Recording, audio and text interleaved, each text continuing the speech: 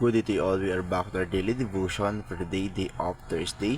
We are through the series of 365 Daily Devotion Bible Character Edition. For this day, the character we're going to talk about is David and Bathsheba. So this topic will now discuss the fall of David. And the topic for this particular the title for this particular topic would be An Idle Mind is a Playground of the Devil. So this is what cost David his kingship. This is what cost David his relationship with God, his idle mind. So the verse is going to use for reference came from the book of 2 Samuel chapter 11 verse 1. In the spring of the year, the time when kings go out to battle, David sent Joab and his servants with him and all Israel, and they ravaged the Ammonites beside Rabbah, but David remained at Jerusalem. So he became idle. He sent his men to go out for a war, but he stayed in his kingdom. But his stay does not make him sinful, does not make him unrighteous. It is what happened in his stay in his kingdom. It is what happened when his mind go idle. Because when you have an idle mind, if you do not know what to do, if you do not have something to do, your body, your mind will look for something enjoying, will look for something that will satisfy your boredom, because you're not doing anything, you're idling. And that's what happened to David. As he was wandering his kingdom, when he was on the roof, when he was walking the roof, he saw the wife of Joab. And her name was Bathsheba. He saw her taking a bath, and then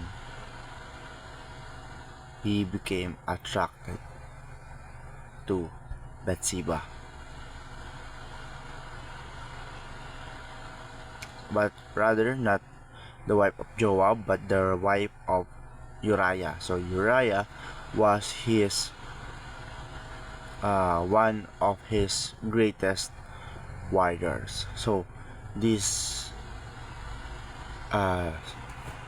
there's circumstances, these circumstances led him to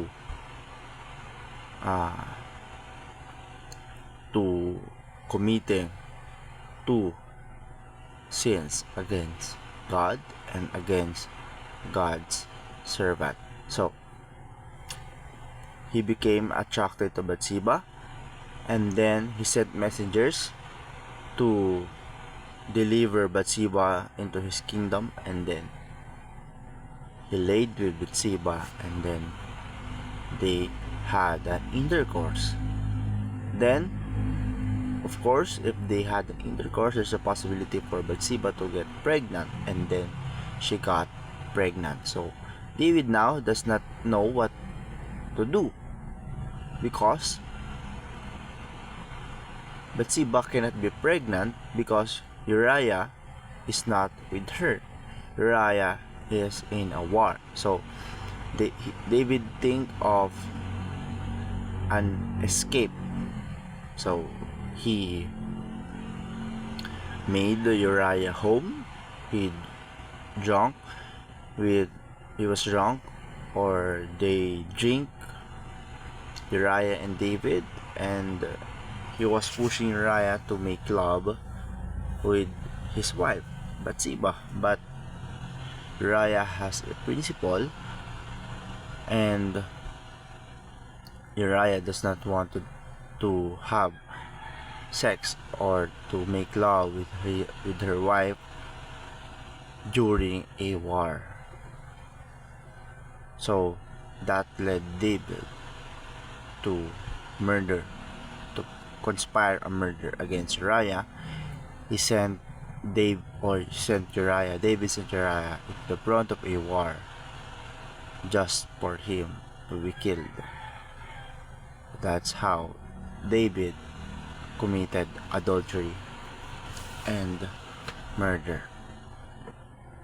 He wants to cover the adultery, and that led him to committing murder. And that is because of his idle mind. If David went to the war with his men, with his soldiers, he would not have the opportunity to commit any of these sins. But since he went idle, that cost him his relationship with our God. So what would be the first teaching? David's idle mind became fertile soil for the evil. It became the opportunity for the evil to distract, to give David a chance to commit sins against God. Second, David committed adultery and murder. He had the intercourse with someone else's wife, and then he killed that wife's husband just to cover his act of adultery. Lastly, David displeased the Lord. The Lord was not happy, was displeased, and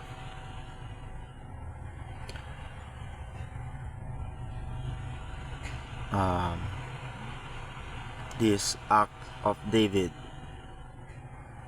cost him his close relationship with our God. So what's our application? Do not idolize Christian leaders. Do not idolize Christian leaders, because when the king himself, David, the man after God's own heart, committed these two sins against God, what else could the church leaders that we have did or doing? It's okay to respect them, to give them respect, but do not make them your idol, because they are just a man like yourself. We are not perfect. Second, do not let your mind and heart remain idle. And lastly, do God's work and repent immediately when you fall. So that would be for daily devotion na Steve like Christ.